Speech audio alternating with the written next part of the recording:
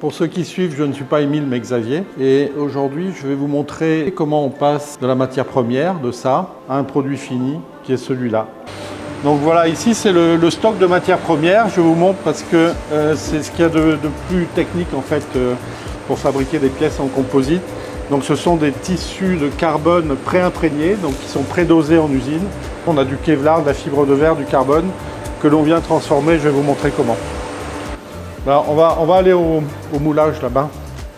Tu veux montrer la machine qui tourne? Ici, on est dans la salle de préparation des pièces.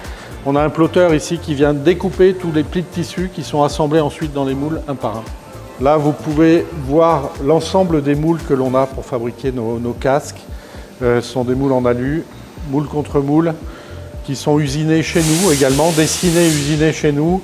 Voilà, donc ça c'est la matière première pour faire des casques de moto, des casques intégraux qui sont les plus sophistiqués que l'on fabrique ici. C'est une coque structurelle en sandwich nid d'abeille. Donc la matière première, voilà, on part de ça. C'est très simple. Il y a un noyau en Nomex, donc c'est du papier de Kevlar, pour résumer, de fibre aramide, structure nid d'abeille, qu'on vient habiller avec des tissus pré-imprégnés, comme je vous l'ai montré tout à l'heure. Donc les tissus pré-imprégnés, voilà, c'est des tissus carbone qui ont déjà la résine dedans. Il y a un assemblage de plusieurs plis qui est fait et ensuite on vient comprimer tout ça dans des moules contre moules aluminium à 150 degrés. Dans ces presses-là, vous pouvez voir les moules qui sont fermés actuellement. Là, ici, on fabrique les coques carbone pour les casques d'équitation. On part d'un moule femelle en aluminium qui est posé sur une plaque chauffante. La technique, c'est qu'on vient draper le tissu carbone en fond de moule et on vient fermer le moule avec une baudruche en silicone que l'on vient gonfler ici, de manière à presser la peau contre le moule.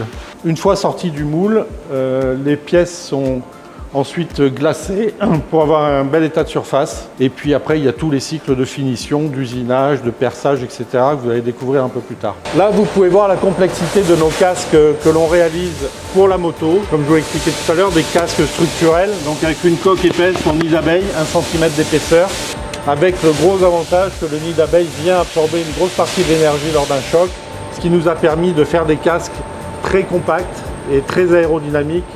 Et à l'usage, c'est vraiment le jour et la nuit. Comme vous l'avez vu précédemment, on part d'un moulage. Donc là, en l'occurrence, là, c'est une visière de casque d'équitation en carbone.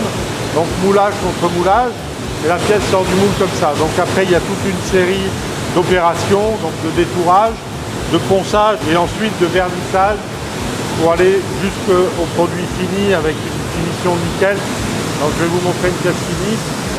Donc là vous pouvez voir typiquement, ça c'est une jugulaire de casque d'équitation.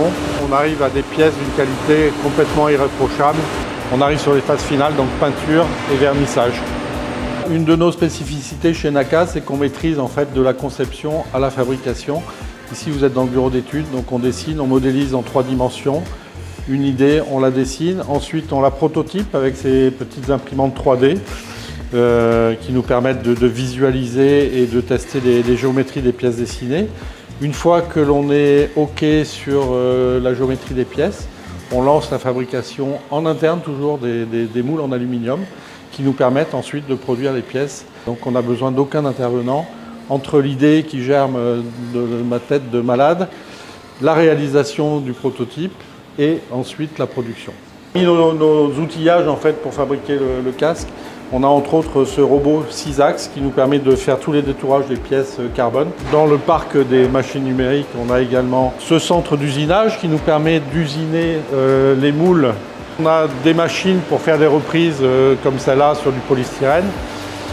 Et un outil indispensable pour le développement, c'est cette machine de test qui est conforme à tout ce qu'ont les laboratoires certifiés. Ici, on arrive dans le cœur du poulet, si j'ose dire, donc c'est le montage des casques. Le challenge, ça consiste à réunir toutes les pièces qui constituent un casque, et il y en a beaucoup. Tout ça est fait de façon très artisanale et très méticuleuse, un peu comme on pourrait le faire dans les maisons de haute couture.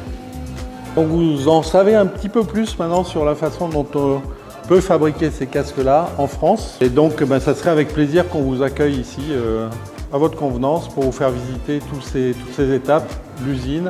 On est très fiers du Made in France et on veut le faire partager le plus possible.